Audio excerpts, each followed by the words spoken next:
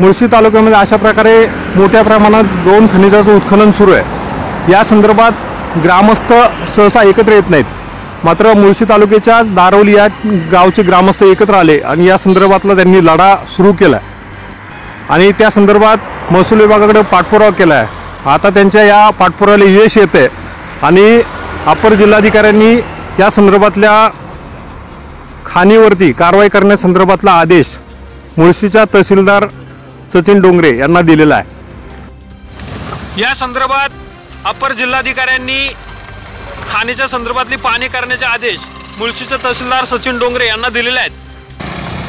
खाण बंद करण्यासंदर्भातली आधीच या ठिकाणी सूचना करण्यात आली होती, त्या संदर्भातला तात्पुरता आदेश जाहीर केलेला आहे।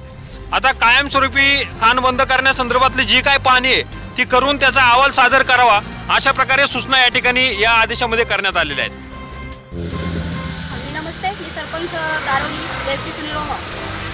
जो काही आता खडी मशीनचा विषय चालला आहे, ग्रामस्थांनी जी मागणी केली आहे की हा खडी मशीन बंद झाला पाहिजे, परंतु याची पार्श्वभूमी पाहिली असता 1998 पासून जे क्रशर आणि खडी मशीन चालू आहे, खाण चालू आहे, या संदर्भात गावकऱ्यांना त्याबाबतचा कुठलाही महसूल मिळत नव्हता।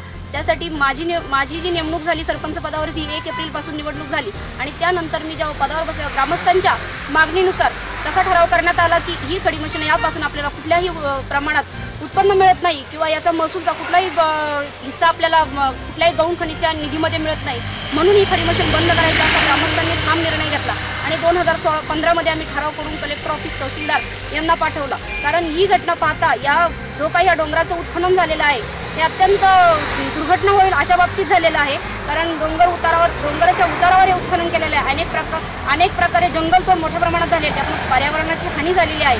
आपण शासन सांगत असतात की बाबा आतापर्यंत वृक्षवल्ली आम्हा सोयरे, झाडे लावा झाडे जगवा, परंतु या बाबतीत पाहिलं असता कुठल्याही पद्धतीमध्ये झाडे लावा आणि झाडे जगवा हा प्रश्न कुठेच दिसत नाही। कारण झाडे लावा पण ती झाडे तोडा असं शासनच त्याला परमिशन देत आहे। कारण आतापर्यंत या खाणीच्या भागामध्ये, ज्या खाणीच्या क्षेत्रामध्ये गेले 800-900 नुसते सागवान तोडण्यात आलेले आहेत का, त्यामुळे आता पाहिलं तर शासनाने याच्याकडे लक्ष दिलं पाहिजे। आणि त्या संदर्भात तारीख दिली ते सकाळी 11 वाजल्यापासून आम्ही ग्रामस्थ, सरपंच, ग्रामसेवक, तलाठी, बांधकाम विभागाचे उपअभियंता हे सकाळी 11 वाजल्यापासून 5 वाजेपर्यंत बसलेले आहेत, परंतु काही कारणास्तव तहसीलदार साहेब येऊ शकले नाहीत।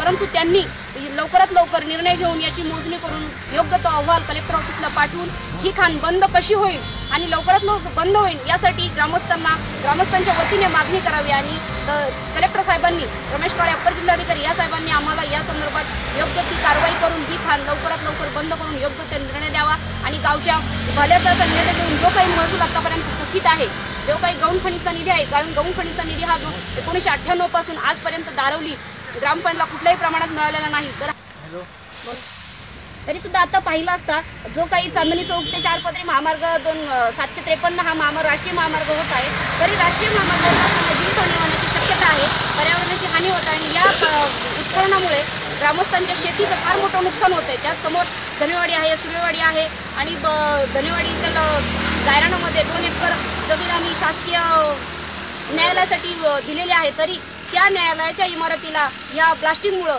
काही हादरे बसू शकतात आणि काहीतरी जीवितहानी होऊ शकते, योग्य ती कार्यवाही करावी। आम्हाला पहिली समस्या आहे की ती जी खाण उतरलेली आहे, अनलिगली खाण उतरलेली आहे आणि सर्वात मोठी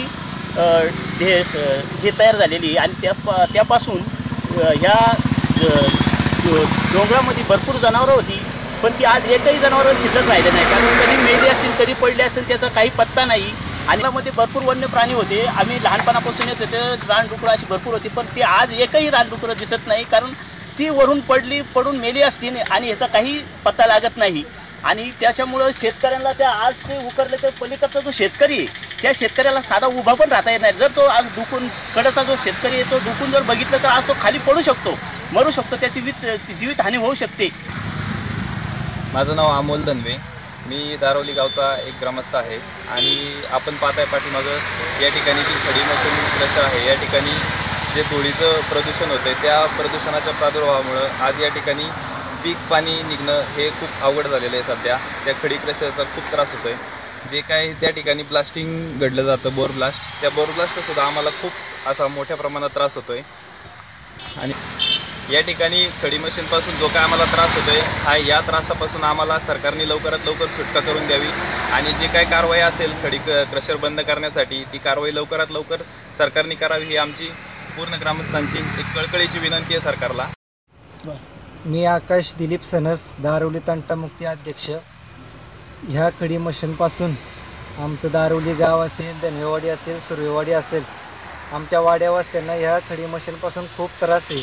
कोणत्या प्रकारची भातशेती असेल, कोणत्या प्रकारचं पीक असेल, ह्याच्या या फुपाट्याने सगळ्या शेतकऱ्यांना सुद्धा जास्त त्रास होतोय आणि डोंगर पोखरून त्यांनी तिथं सगळी एकदम माळीनगावसारखी परिस्थिती निर्माण केलेली आहे. उद्या भविष्यामध्ये काय जर घडलं तर त्याला कोण जबाबदार? या सगळ्या गोष्टीची सरकारने आमच्या सगळ्या ग्रामस्थांकडं लक्ष द्यावं. त्यामुळे आपण पाहू शकतोय की गावाच्या हितासाठी अशा प्रकारे सर्व ग्रामस्थ एक झालेले आहेत आणि गावचं पर्यावरण असेल, गावचा महसूल असेल आणि गावातील एकोपा असेल, या सगळ्या बाबींचा विचार करून या सगळ्या ग्रामस्थांनी चांगला निर्णय घेतला आणि त्याच्या लढ्याला आज कुठंतरी यश येत आहे. त्यामुळं आगामी काळामध्ये मुळशी तालुक्यामध्ये ज्या प्रकारे उत्खननाच्या संदर्भातल्या आणि पर्यावरणाच्या नुकसानी संदर्भातले जे विषय ते मार्गी लागतील आणि यापुढं दारवली गावानं जो काही आदर्श निर्माण घालून दिला आहे तो मुळशी तालुक्याला पथदर्शी ठरेल असं म्हणायला काहीच हरकत नाही. टाइम न्यूज लाईनसाठी मी अंकुश जगताप, पौड.